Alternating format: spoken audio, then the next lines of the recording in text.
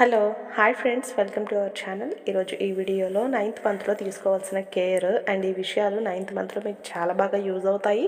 Normal డెలివరీకి కూడా ఈ కేర్ అనేది తప్పకుండా యూజ్ అవుతుంది. అండ్ అలాగే మీకు బేబీ హెల్తీగా ఉంది అని మీకు మీరుగా తెలుసుకోవడానికి కొన్ని టిప్స్ అనేవి కూడా షేర్ చేస్తూ ఉన్నాను.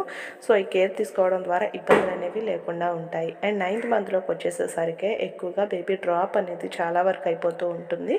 అంటే బేబీ కిందకి హెడ్ డౌన్ పొజిషన్కి వచ్చేస్తుంది అన్నమాట. సో ఇది మీకు తెలియచేయడానికి మీకు శ్వాస అనేది బాగుంటుంది, గాలి తీసుకోవటం గాలి వదలటం అంతా నార్మల్గా ఉంటుంది. అప్పుడు వరకు కూడా ఛాతీ దగ్గర పట్టేసినట్టుగా అనిపిస్తూ ఉంటుంది.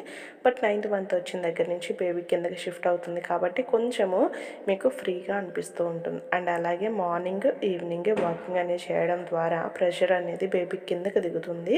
సో మీకు డెలివరీ అనేది సమయంలో ఈజీ అవడానికి యూజ్ అవుతుంది. అలాగే యోగా నేర్చుకునే వాళ్ళు చేయొచ్చు. అండ్ ఈ బ్రీతింగ్ అనేది బిగబట్టడం అలాంటివి నేర్చుకుంటూ ఉంటుంటే ఏమంటే మీకు నార్మల్ డెలివరీ తీసేటప్పుడు ఆ బ్రీత్ని ఎప్పుడు హోల్డ్ చేయాలి, ఎప్పుడు వదిలేయాలి అనేది మీకు బాగా తెలుస్తూ ఉంటుంది. సో అందుకనేసి ఇలాంటివి చేయడం అనేవి మీకు చాలా బాగా యూజ్ అవుతుంది. మీకు తెలియకపోయినా గూగుల్లో సెర్చ్ చేసినా ఎలా చేయాలి ప్రెగ్నెన్సీలో తీసుకోవాల్సిన ఈ యొక్క బ్రీతింగ్ టెక్నిక్స్ అనేవి మీకు గూగుల్లో కూడా సెర్చ్ చేస్తే మీకు దొరుకుతుంది. సో దాన్ని కనుక మీరు నేర్చుకోగలిగితే చాలా బాగా యూజ్ అవుతుంది మీకు నార్మల్ డెలివరీ తీసే సమయంలో.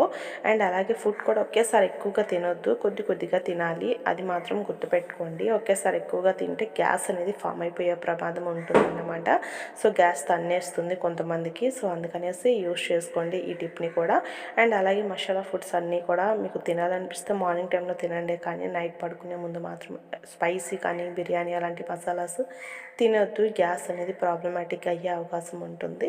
అండ్ అంతేకాకుండా ఏది తిన్నా కానీ వెంటనే కొద్దిసేపు జస్ట్ అలా కూర్చొని నడవటం అనేది ప్రాక్టీస్ చేయడం చాలా మంచిది.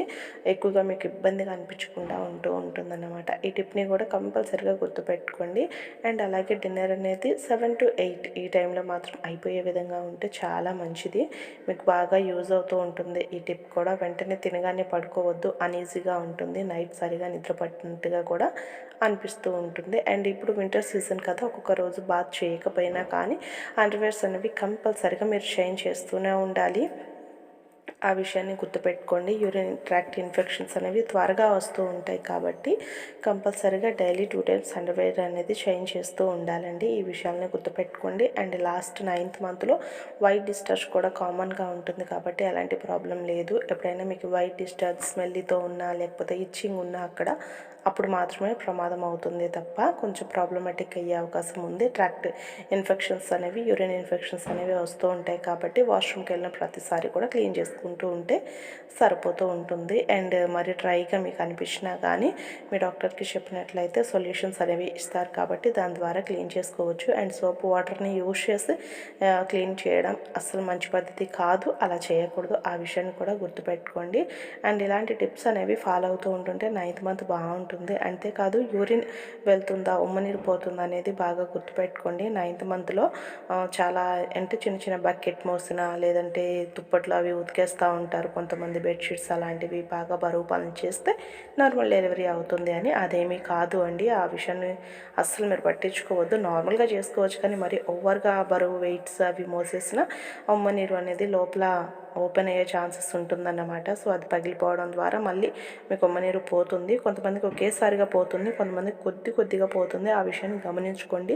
యూరిన్ అనుకోండి మీకు స్మెల్ అనేది వస్తూ ఉంటుంది, మీరు వెళ్ళకూడదు అనుకున్నప్పుడు స్టాప్ చేయొచ్చు. బట్ ఉమ్మనీరు అన్స్టాపబుల్ అన్నమాట.